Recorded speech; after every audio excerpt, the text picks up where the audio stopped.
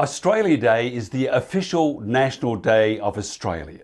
Australia Day has always been on January 26. It marks the anniversary of the 1788 arrival of the First Fleet at Port Jackson in New South Wales and the raising of the British flag at Sydney Cove by Arthur Phillip.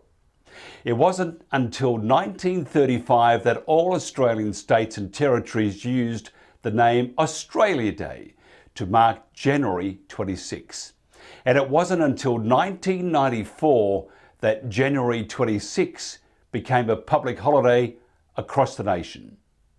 The conversation around changing the date of Australia Day is part of the mainly leftist cancel culture movement, and they want it moved or totally abolished.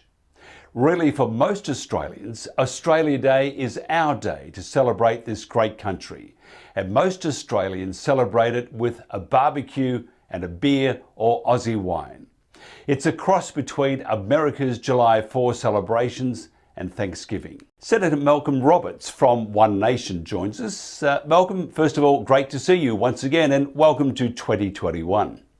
Thank you very much, Mike, and similarly, it's good to be with you again. How will you celebrate Australia Day tomorrow? Well, Australia Day is about celebrating our nation, as you rightly pointed out. It's also, though, about taking stock and building for the future, seeing where we have to go. And I'll be going to Keswick Island up in the Whitsunday group near Mackay, Proserpine, because we have a group of residents who live on Keswick. They're Aussies. But Keswick Island has been taken over by the Chinese. They bought a significant chunk of Keswick. And they're now putting restrictions on who can use various parts of that island and interfering with people's own private property, as I understand it. So we're going to go up there for a first-hand look and listen.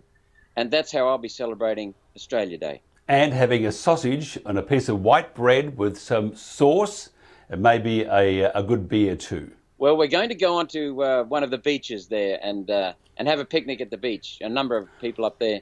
It's not an official protest, but it's we just want to go and make sure that we can use the beach up in on Keswick, and we can also listen to some of the locals. So we will be having the snag and having a bit of a picnic, but we'll be celebrating in style. Hey, Malcolm, what does it mean not only to you but to most Australians, Australia Day? I was talking about, where was I now? I was being interviewed, I can't remember where. Oh, that's right, a radio station in Sydney just last week about the American inauguration ceremony. And he was, the host was talking about how much ceremony there is, how much hoopla, how much razzmatazz. And it's over the top. Australians, exactly as you said before, we like to celebrate informally with a barbecue. And I think what we're really celebrating, Mike, is our freedom. Freedom to have a barbecue, get around in thongs, get around in swimmers, and just enjoy ourselves and be natural. It's not the pomp and the ceremony that drives Australians. We just are essentially celebrating our freedom, celebrating what it means to be Australian. Because, you know, there are two vital structures in human society.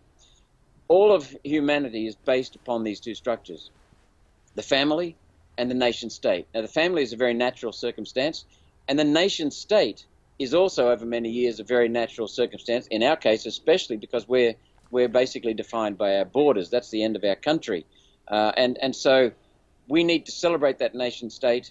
We need to see how the government is serving us.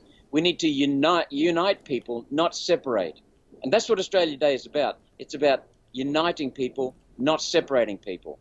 And too much of this cancel culture, too much of the put Australia on another date is about separating and alienating. And sadly, Mike, that's about creating victims, people who are victims, and that weakens the victims. So that's a very, very sad and sorry state of affairs. But we'll be celebrating the freedom, the informality, the things that are Australian values, mateship, the opportunity to give a fair go and have a fair go.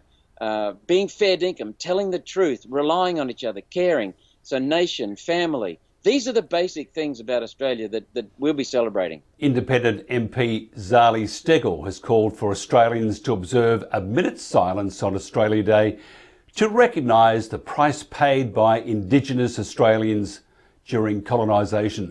Your thoughts on that? Well, you know, there are some things that we are not proud of in our history, just like every country is not proud of in its history.